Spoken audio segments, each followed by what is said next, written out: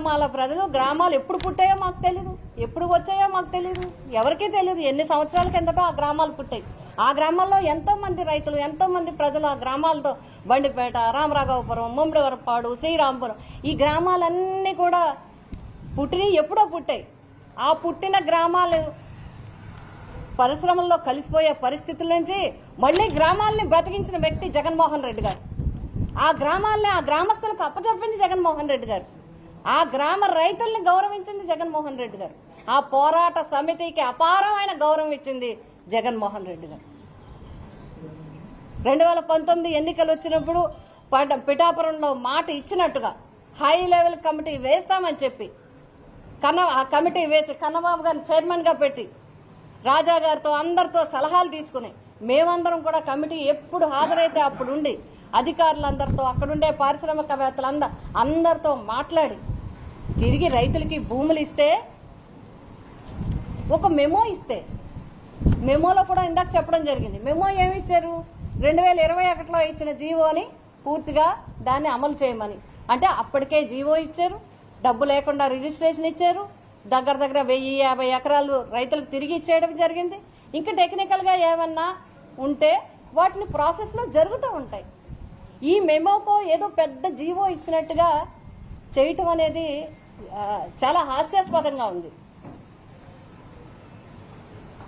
మీరు చేసుకోవచ్చు, మీ ఇష్టం, మీ నాయకులకి మీరు ఎవరైనా చేసుకుంటారు, కానీ ఈ ఇష్యూ మీరు చేసుకునే ముందు ఆలోచించాలి కదా. పవర్ స్టార్ పవన్ కళ్యాణ్ గారు, డిప్యూటీ సీఎం గారు బహుశా ఆయన పరువు తీశారు.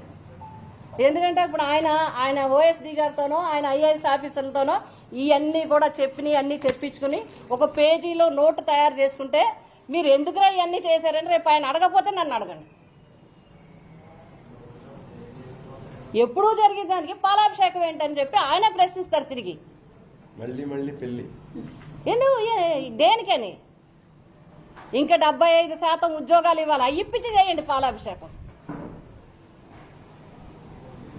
అదే విధంగా రైతుల మీద కేసులు పెట్టారు. కేసుల గురించి సోదరులు ఇద్దరు ప్రస్తావించారు. నేను కూడా చెప్తాను, మేము కూడా సెంట్రల్ జైలు దగ్గర ఎవరున్నారండి? నేను ఎమ్మెల్యేగా వాళ్ళని స్టేషన్లో 1 గంట ఉంచితే నేను వెళ్ళి నుంచున్నాను అక్కడ. అడగండి పోరాటంలో ఎవరైతే రైతులు ఉన్నారో, ఇందులో మన ప్రసాద్ రెడ్డి గారు ఉన్నారు, విన్నారో, ఆయన ఇక్కడ ఉన్నారు, మిగతా వాళ్ళందరూ కూడా ఎవరిని ఎప్పుడు స్టేషన్లో కూడా ఎక్కడ నిలబడివ్వకుండా ఆ రైతుల గౌరవాన్ని కాపాడుతూ వచ్చాం. కానీ 2009 నుంచి 14 వరకు మేమంతా కూడా ఉన్నాం. మీరు 14 నుంచి 19లో విపరీతమైన కేసులు పెట్టారు, ఏరువాక సాగేశారు, మొత్తం సర్జను రద్దు చేస్తా ఉన్నారు.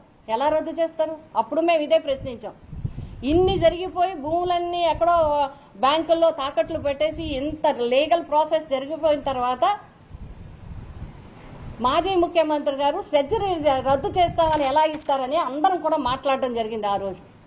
అయినా రద్దు చేసేస్తారంటే పాపం రైతులు నమ్మారు, రద్దు చేశారు. ఏం రద్దు చేశారు? తీసుకొచ్చి ఈ ఎవరైతే పోరాట కమిటీ ఉన్నారో ఆ పోరాట కమిటీని పక్కన పెట్టి వాళ్ళకు కావలసిన కమిటీ వేసుకొని ఆ కమిటీ ద్వారా 3 లక్షలు 5 లక్షలు కింద 9 లక్షలు ఇవ్వడానికి ఏదో మొత్తం చేసి ఈ పోరాటం మాకు అదొద్దు అన్న వాళ్ళ మీద కేసులు పెట్టి సెంట్రల్ జైల్లో పెట్టారు. జగన్ గారు వచ్చిన తర్వాత ఇవన్నీ తీసి కేసులన్నీ కూడా తీసివేయడం జరిగింది. ఎక్సెప్ట్ 2014 నుంచి 19 మధ్యలో పెట్టిన కేసులు తప్ప మిగతా మాక్సిమం అన్ని కూడా అయిపోయినాయి. కానీ కొన్ని కేసులు ఉన్నాయి, ఇంకా రైతుల మీద కేసులు. మీరు కేసులు టెక్నికల్ గా ఉన్నాయి, ఆ కేసులు తీసి పాలాభిషేకం చేయండి. 75% ఉద్యోగాలు ఇచ్చి మీరు చేసుకోండి, లేదా ఈ సజ్జలో అధిక పరిశ్రమలు తెచ్చి చేయండి.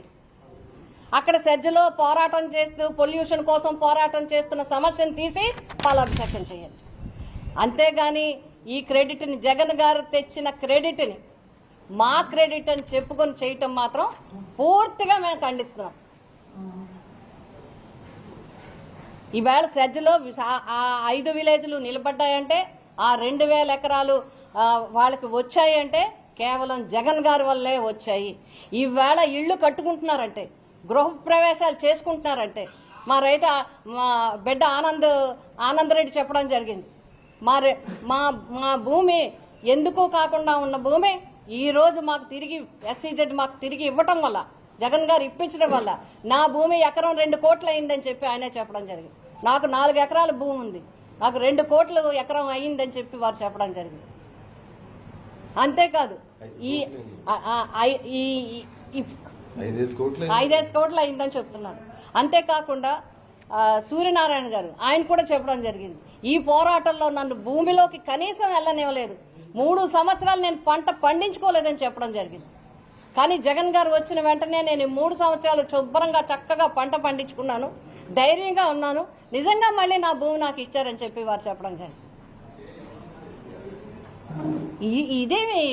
ఇదేమి పద్ధతి? ఒకళ్ళ క్రెడిట్ ని మన క్రెడిట్ కింద చెప్పడం అనేది కరెక్ట్ కాదు, మంచి విధానం కాదు. ఎస్సీజెడ్ విషయం మాత్రం లోకల్ గా బయట తెలియక ఏమన్నా రాయొచ్చు, పత్రికల్లో రాయొచ్చు, ప్రెస్ లో చెప్పొచ్చు, పూర్తి సమాచారం లేక చేసుకోవచ్చు, లేకపోతే హిస్టరీ చూడకుండా ఏదో చెప్పేయచ్చు. జీవోకి మెమోకి తేడా తెలియకపోతే ఇంకెలాగండి? పూర్తిగా చదవాలి కదా. ముందు వచ్చిన జీవో ఏంటి, మెమోలో ఏముంది, మెమోలో 5 లైన్లు ఉంది, ఈ 5 లైన్లు చదవాలి కదా. చదివి కదా అప్పుడు చేయాలి కార్యక్రమం. జగన్ గారు ఇచ్చేశారు, అది అయిపోయిందని వాళ్ళే చెప్తున్నారు.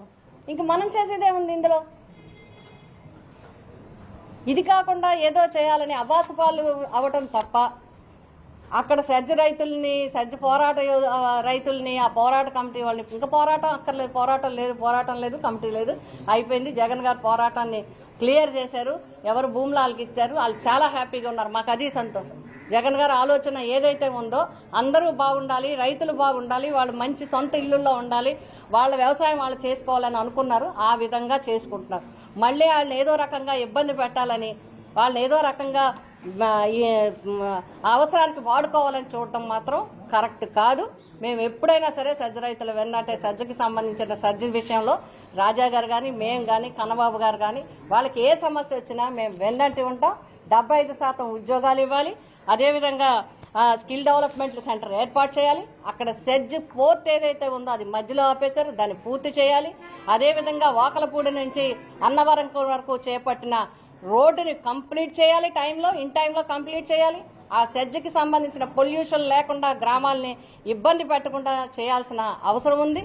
అదేవిధంగా ఏదైతే బీచ్ రోడ్డుకి సంబంధించి ఏదైతే